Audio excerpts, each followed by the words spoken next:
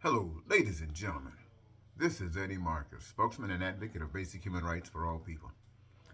You know, I'm sure most of us spend a lot of time in our lives, especially those of us who are adults, trying to make a decision about where we are, where we want to be. Are we satisfied in what we need to do if we're not? And we probably all want to be better than what we are. I know I do. I daily think about, the times are shortened as far as my existence on this planet, and have I done what I was come here to do? Then I think about uh, things that are put before us as human beings. I think about the heroes that we have. And I think about one hero of mine has always been a figure spoken of as Jesus Christ. Now, when I was a kid, I went to church. I grew up in the church, and I read the Bible. I heard the teachings, and I actually believed the Bible. I actually believed the story of Jesus Christ. I actually accepted it, just as though it was nothing fake about it. Even though I knew nobody followed it. There are certain little tidbits that people would just pull out and try to do this or do that, but following the Bible, following what Jesus was about, nah, nobody was thinking about stuff like that. If they were, they weren't doing it. And so that didn't become something that we all felt guilty about, and none of us was doing it. I mean, I never saw anybody except I think Dr. King. Anyway, make a long story short, when I think about the times that since I've grown up, think about the exposure that we've had. Now you don't even really know if that story about Jesus Christ is even true. But I know one thing about it. It doesn't matter if it's true or if it's fake. I want to tell you, it is magnificent. It is a magnificent thing, a way of life that any man, any woman, any human being, if they could just model it. And so I won't put anything to you that I won't even try myself. And since this is so fantastic, and why do I think it's so fantastic? Because the story of Jesus Christ was like me. It was like you. It was like every last one of us were important. No one was nobody. In the ways of Jesus, he would say everybody got food, everybody got clothing, everybody got shelter, everybody got education, everybody got health care. Anything that people can do is accessible to everybody on the face of earth that want to, need to, or have a desire to do so. And so to me, how can you beat that? I mean, Jesus was supposed to represent God. How can you be any better than that? So it seemed to me it was easy to say that the one and the one were one.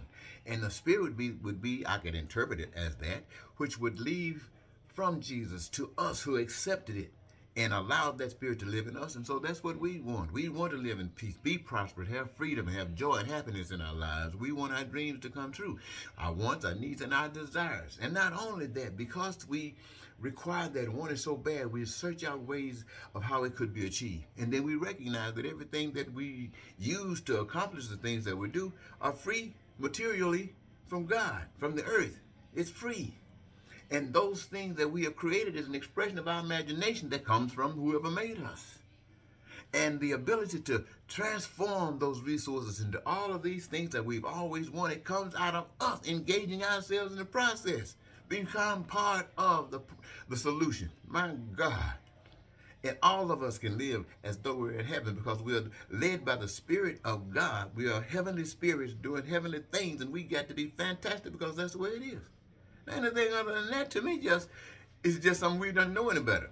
So when I look at society today, I say we're going through the things we go through because we don't know any better.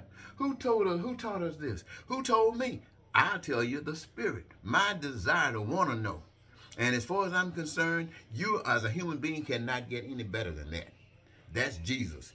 You black, white, men, women, boy, old girl, whatever it is, none of us can get any better than that. And all we can do, the best that we can do, is to seek to be as close to that as we possibly can. And once we come back there, we don't turn around and listen to people who are ignorant. You talk about people who are intelligent. Well, they got it. They've been to college. They've been to the university. They've been to Harvard. So they're supposed to be smart, right? Okay, so they come back to the ways of life where you've been programmed and all of this. They can interpret what the law means or what the design is being based upon their exposure to the education that you've been denied.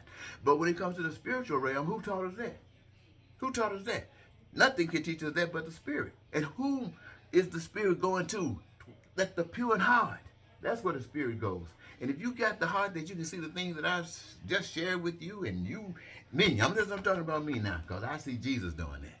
Then, as far as I'm concerned, everybody else, you got to grow up, or you got to be born again. I don't care how much money you got. I don't care who you think you are. In the realm of love, you got a lot of growing to do. Now, I'm not going to try to condemn you and say you're going to hell and all that stuff. I really don't know anything about that. I've said stuff, but I really, honestly, don't know anything about that.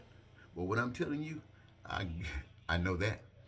And so I think I'll just stop right now. I just wanted to say I wanted to make a difference in my way going forward. And this is my projection.